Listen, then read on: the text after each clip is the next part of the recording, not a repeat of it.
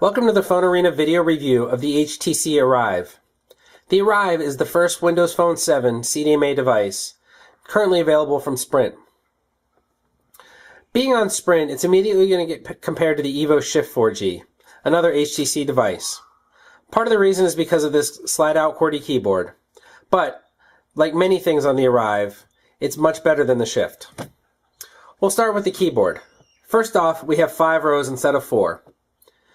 On the Shift, we could type well, but there's just something a little bit off about it. Not so on the Arrive. Everything is perfectly spaced, there's just enough tactile feel to the keys, and it's very easy to press them down and know that you pressed them. The next thing is the hinge. The Shift simply slides out, whereas the Arrive pops up.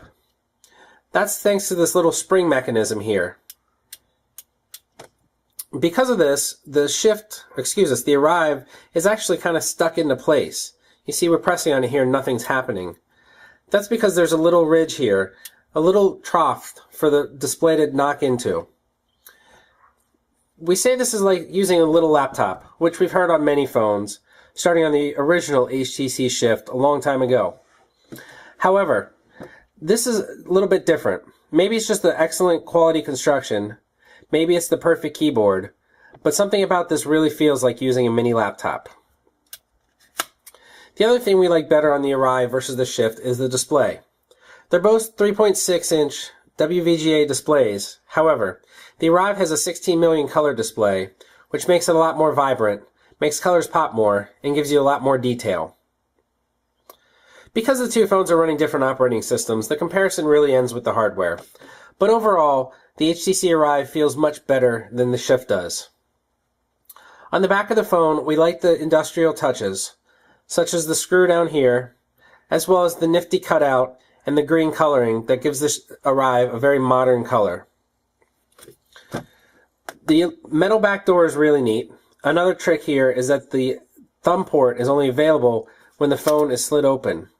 So if you want to take the battery cover off, you have to slide the device up.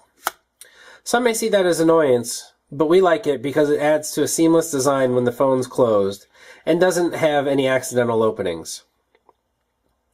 Buttons are pretty minimalistic. On the left-hand side here, you have the volume rocker, and then down on the bottom is the micro USB port. The top has the 3.5mm headset jack and power button, and on the right we have a dedicated camera key. The microphone's on the bottom, the speakers on the back, as is a 5-megapixel camera with LED flash. Unfortunately, camera results were pretty disappointing. It is capable of recording 720p HD video as well, but like the camera, everything was just a little bit flat, we had some pixelations at times, and it's definitely not going to replace your point and shoot. We've seen lots of Windows Phone 7 devices at this point, and even though this is the first CDMA one, the software is relatively unchanged. This is our home screen with the different tiles. These tiles can be customized. Let's say we want to move this one over, we can do that. Or if we want to unpin it all together, we can press this here, and now it disappears. If we want to add it back, the little arrow up at the top will take us to our full list. Let's go ahead and add Flickster. Press that for a second, and then choose Pin to Start. Since this was an added app, we can also rate it, we can uninstall it, and other things directly from that menu. We want to move it around. There you go. So it's pretty cool. Some of these tiles are live. As you can see, our little Xbox avatar here is getting shoved by the device.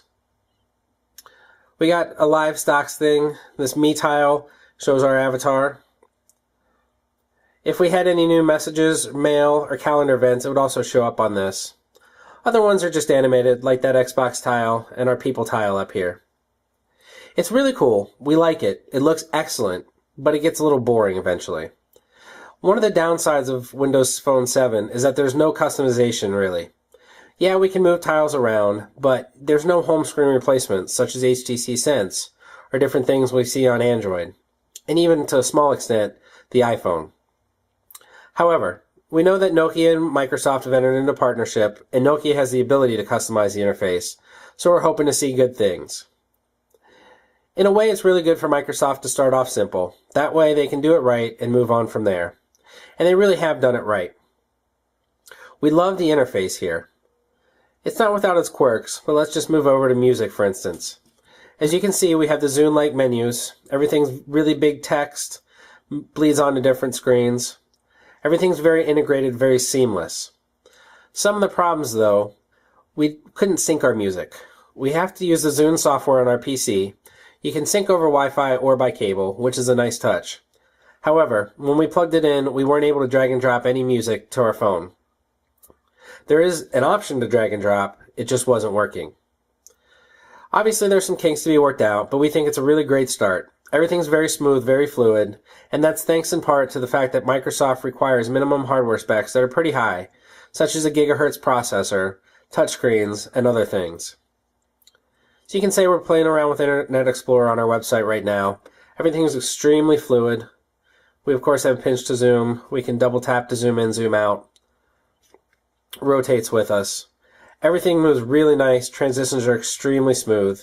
And even though the Arrive is technically considered the mid-range device, it moves quickly just like any of the high-end devices out there on any operating system.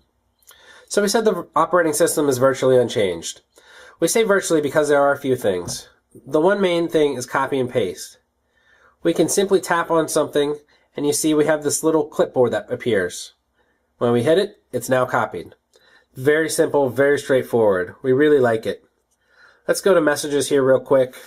We're going to tap out a quick message just as a test. We're going to send this to Google. As you can see, we're typing pretty quickly, pretty accurately with the keyboard. So now we have this as a test typed out. All I need to do is tap on test. And there you can see we can copy it real quick, or I can choose to drag one way or the other on that. This is probably the best implementation of copy and paste we've seen on any operating system. It works really smoothly, really effortlessly, to the point that sometimes we're accidentally hitting things and getting that copy highlight. However, it's not a big deal. You simply don't hit the copy button and you move on your merry way.